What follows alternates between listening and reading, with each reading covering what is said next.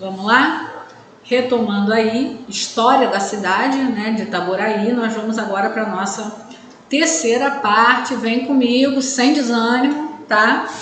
É um conteúdozinho denso, mas agora vai ficando cada hora mais fácil. A parte mais difícil já foi, tá? Aquela parte lá do Recôncavo, Sertão de Macacu, né? É uma partezinha mais chata, porque às vezes a gente fica meio que boiando o que é um recôncavo, o que é o rio, o que é, né? Como é que isso vai se encaixar para compreender a história da cidade de Itaboraí.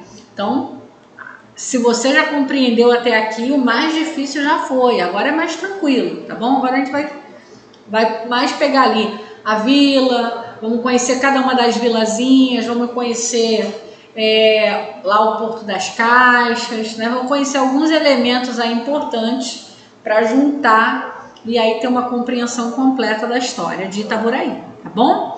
Como eu já havia falado na aula anterior, Itaboraí vai surgir a partir da junção de três vilas importantes do período colonial e imperial. Que vilas são essas? Vamos lá, vamos lembrando comigo. Vila de Santo Antônio de Sá, Vila de São José del Rei e Vila de São João do Itaboraí, tá? Juntou essas três vilazinhas e formou o que hoje é o município de Itaboraí, tá bom?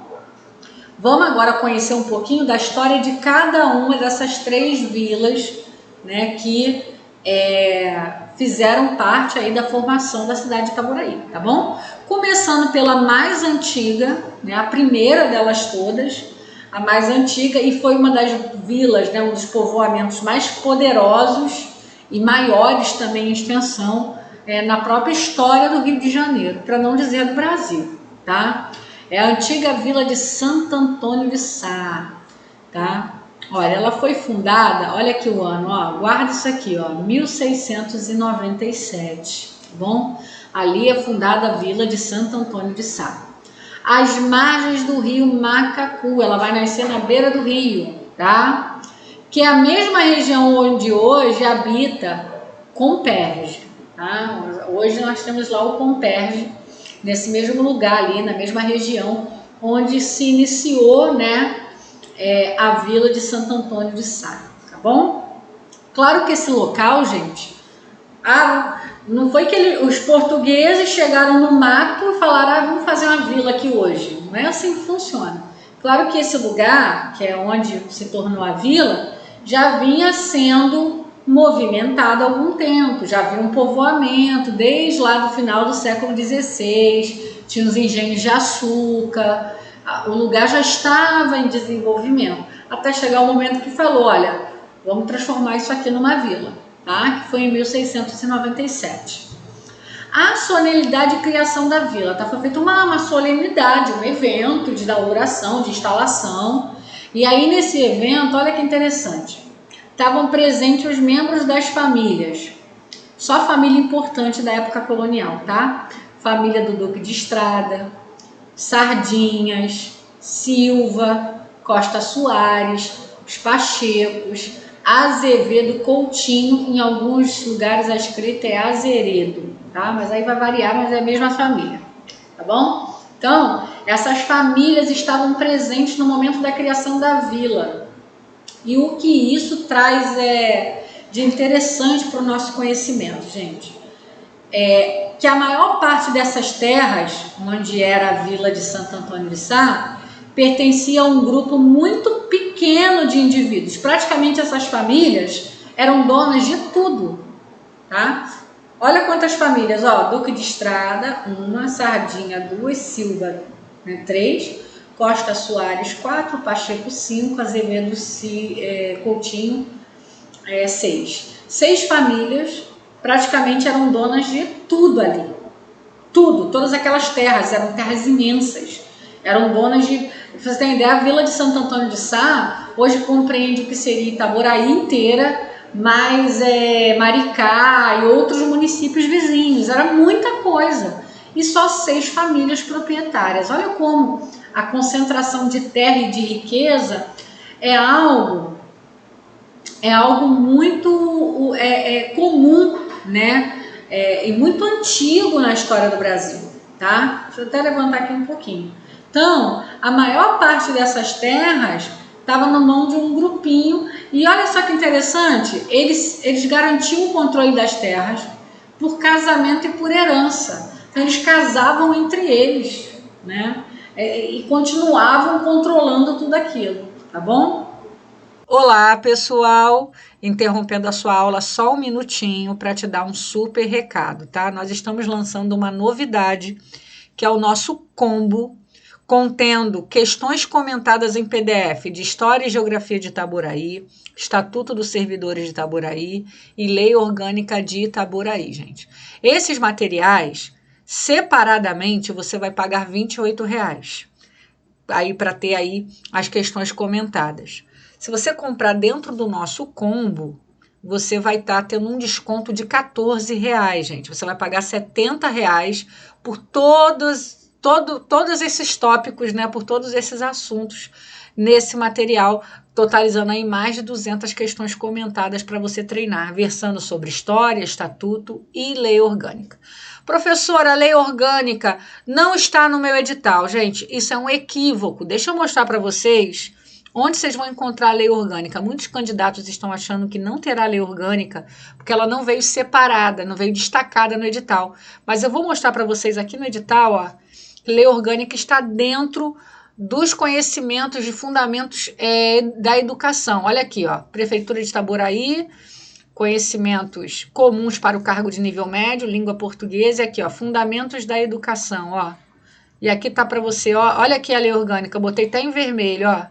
Lei orgânica do município de Itaboraí, ela está dentro de fundamentos da educação para todos os cargos. Então, muita gente não está vendo lei orgânica lá separado, discriminada, e está achando que não terá lei orgânica, mas terá sim, tá? Então, você que está aqui assistindo com a gente, já se antecipa adquirindo nesse combo, você vai ter aí 60 questões comentadas de lei orgânica para não ser pego de surpresa lá na sua prova. Muitos serão pegos de surpresa, mas você que está aqui com a gente não vai ser, tá bom? Então, adquirindo esse combo, você vai ter essa super vantagem. Se você quiser ver como é que o nosso material é, ó, bota aqui, ó, amostra grátis. Clicou em amostra grátis, vai abrir para você um pedacinho do material. Você pode ver aqui a amostra grátis de todos eles e depois para poder depois aí estar adquirindo, né, com segurança o material que nós estamos oferecendo para vocês, tá?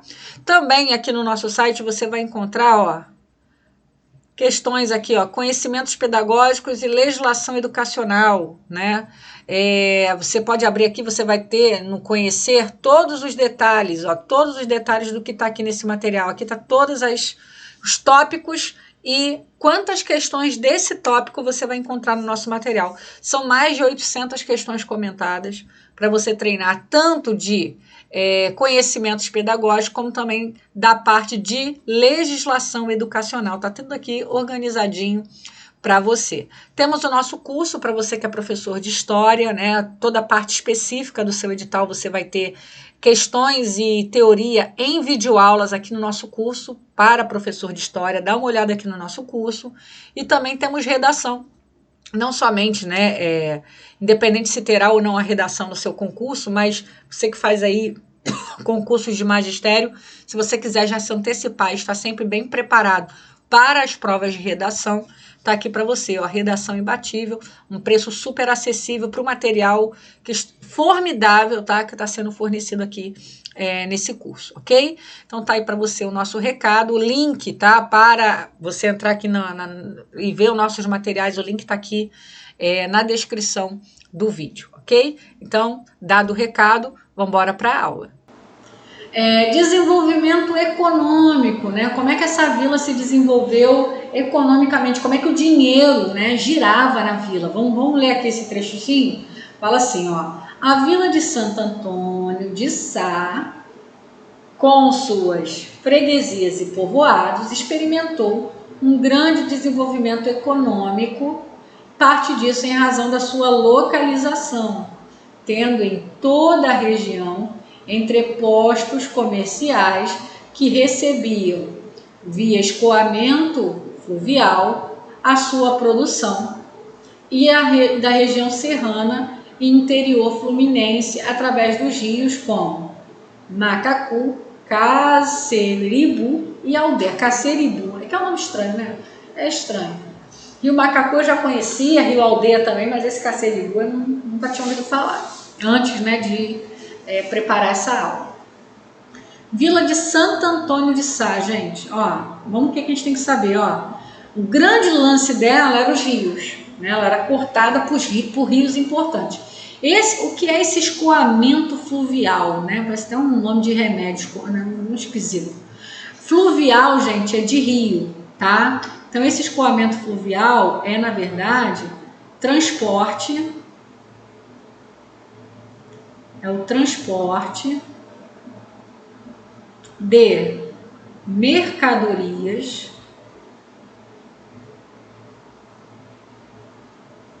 pelo rio, tá? Escoamento fluvial é isso. As mercadorias, elas eram transportadas através do rio, tá? E da onde para onde, né? Elas eram a produção da região serrana, do interior fluminense, da própria vila de Santo Antônio de Sá, que tinha muitos engenhos, que iam, gente, até a Baía de Guanabara para serem lá transportadas nos navios, né, para a Europa, tá? Então, a mercadoria vinha lá da serra, lá do interior, a mercadoria dos próprios engenhos, né, da localidade.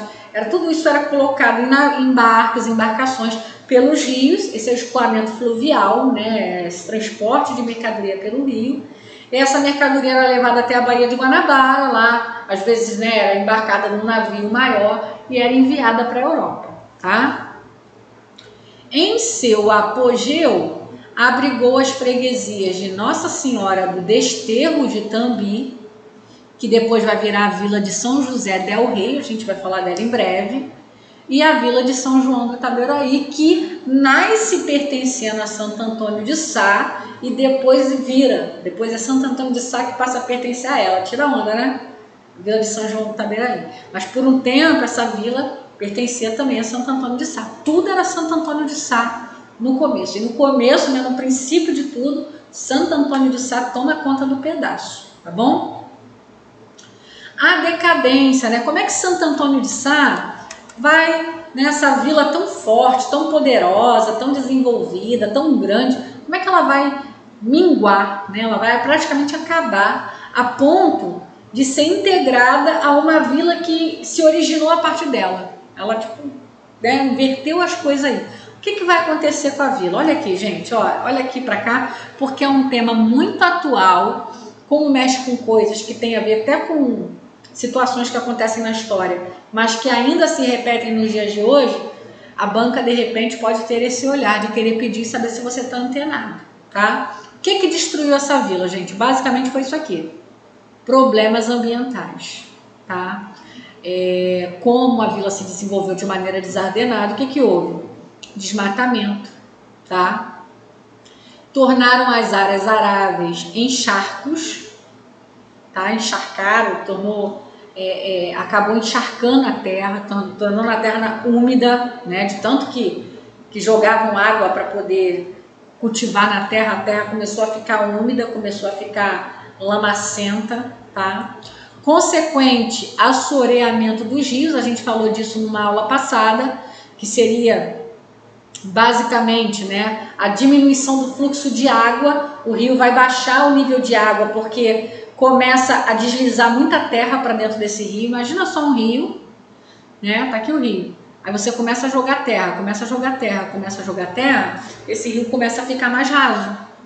E um rio mais raso não tem como navegar com embarcações muito grandes. Então, se o rio, que era navegável, não deixa de ser navegável, o que vai acontecer? O comércio fluvial, ó, né, cai, né? Não só, né, foi destruindo o potencial produtivo, porque os rios já não serviam tão bem, né, as embarcações, mas também cooperou, gente, na proliferação de mosquitos, vetores de doenças como febre amarela e malária. Olha só, um problema ambiental vai trazer doenças, tá? Que naquele momento a gente tinha transmitido por mosquito, a malária e a febre amarela. Então, em seguida, é um ciclo, tá? Em seguida, o que que tem? Epidemias. Aí, gente, quando começam as epidemias, tá pensando que epidemia... Por isso que eu tô falando, é uma coisa recente. A gente tá vivendo num momento, né, 2020 aí, Brasil, mergulhado numa pandemia, né? Processo epidêmico, né? Isso aí não é novo. Tô falando de século XIX, tô falando de Brasil, né? De Itaboraí. O que vai ter lá em Santo Antônio de Sá? Um monte de epidemias, começando em 1829, com uma grande epidemia aí de febre amarela que dizimou com a população da vila, tá? Morreu muita gente mesmo.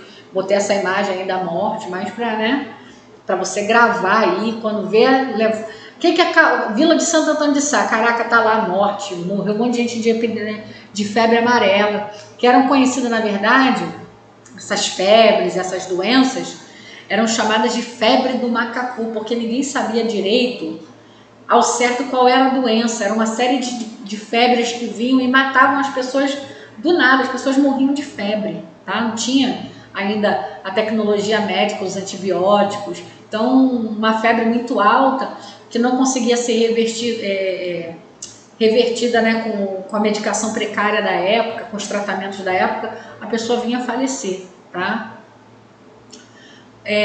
Num ofício, o Marquês de Caravelas, em 25 de agosto de 1830, ele era Francisco José Alves Carneiro, ele era juiz, tá, de fora da vila de Santo Antônio de Sá, era um juiz dessa vila. Ele vai escrever e dizia o seguinte: ele fazia saber que a vila já se encontrava quase deserta, contando talvez com meia dúzia de homens. Levando-se em conta que a vila chegou a ter uma população de aproximadamente 19 mil almas, em alguns registros históricos chega a 22 mil, tá? Agora essa vila tinha ali meia dúzia de gato pingado, era uma vila deserta, porque muita gente morreu, muita gente se mandou com medo de ficar doente e morrer também, e as pessoas, sabendo disso, começaram a evitar, né, frequentar esse local, parar nesse local, e a vila foi morrendo, tá?